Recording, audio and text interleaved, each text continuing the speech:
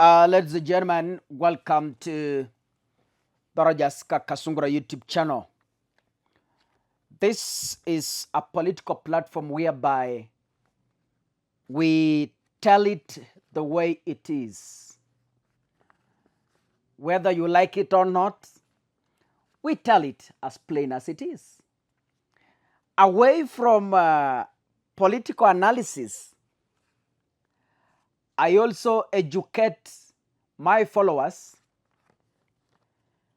on how to go about some issues as far as the Kenya Kwanza government is concerned. Now today,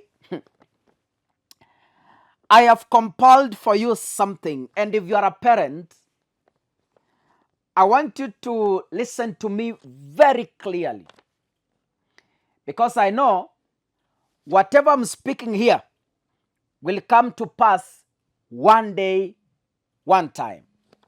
Now, ladies and gentlemen, you've seen on media that the Ministry of Education wants parents to pay school fees via the e-citizen. I've been asking myself so many questions since I saw Bello Kipsang bringing up the suggestion. And they said they will begin from national schools, which is okay. But there are questions I'm asking myself. Is it a good idea or a bad idea? The next question I ask myself,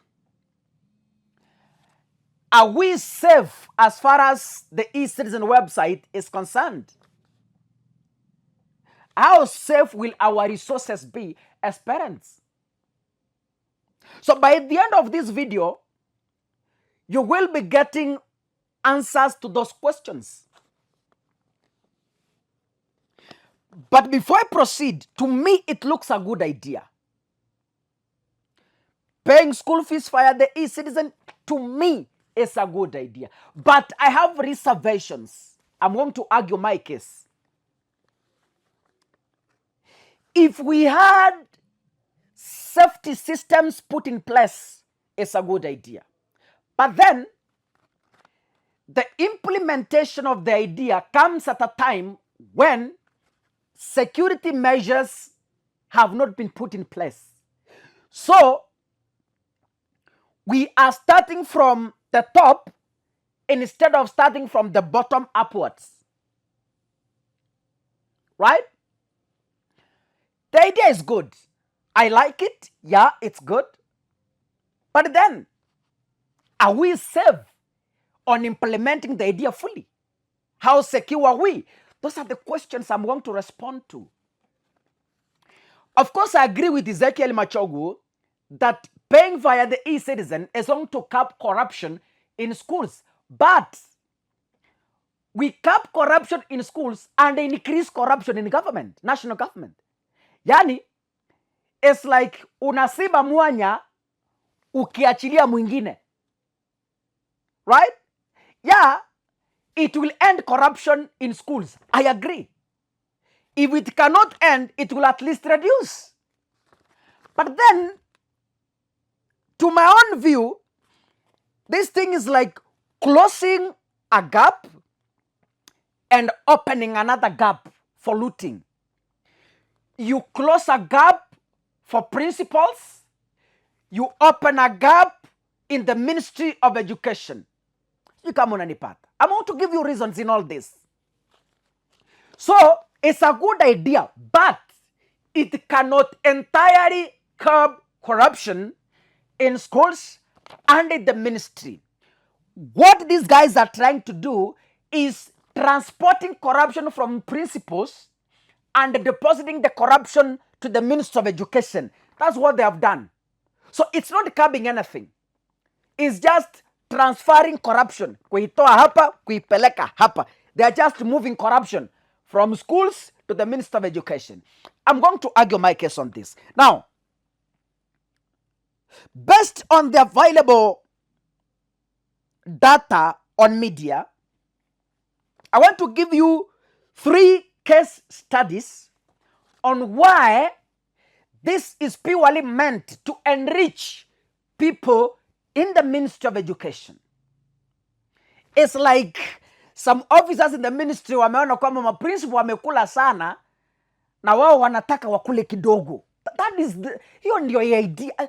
Hakuna kitu wanafanya hapa. There is nothing. It's looting all over. Why am I saying so, Kaka? In 2019, 5.6 billion mysteriously disappeared from the e-citizen platform. The data is on internet. You can Google, you can go to the archives and check. Now, the DCI came in the public and said, we have put measures and we are going to investigate to the detail and know who looted the do you know 5.6 billion shillings? It's how much? 5.6 billion. That is in 2019. From the platform. Kwa sababu, the ministry inasema, parents will be depositing the cash into the e-citizen and the government will come later, collect the money and send to the respective schools. So meaning, the e-citizen will temporarily hold that cash before the government transfers the cash to the respective schools. Now, if 2019 we lost 5.6 billion from e-citizen, the DCI vowed to prosecute the culprits. They never did it. Up to now, we've never been told who stole the cash. Na kama uliona, please share with me at the comment section. 2019, since then, 19, 20, 21, 22, 23, 24. Those are 6 years down the line. No one has ever been arrested. No one has ever been prosecuted. We've never been told where that cash disappeared to. 5.6 billion zikakunywa maji, zikapotea kutoka kwa e-citizen. Case study number 2. In 2023 last year, the PS, Julius Bitok, admitted in the public domain. The data is online. He admitted that money is being diverted from the e-citizen to the people's pockets. He said that in public. You can Google.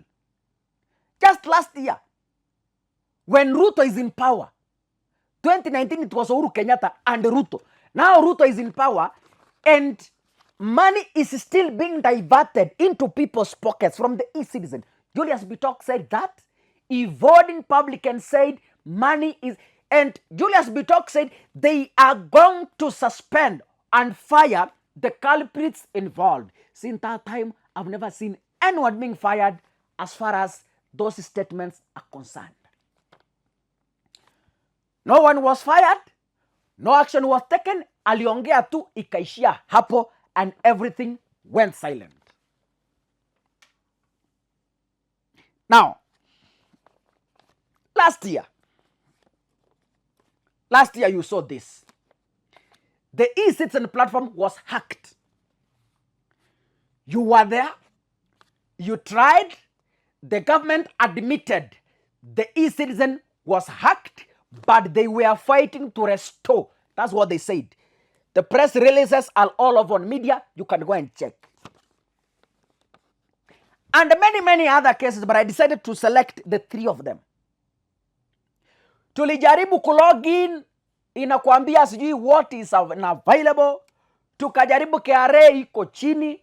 Tukajaribu waezi, waongo, wakavamia the platform and they brought it down for several hours. Alafu sasa,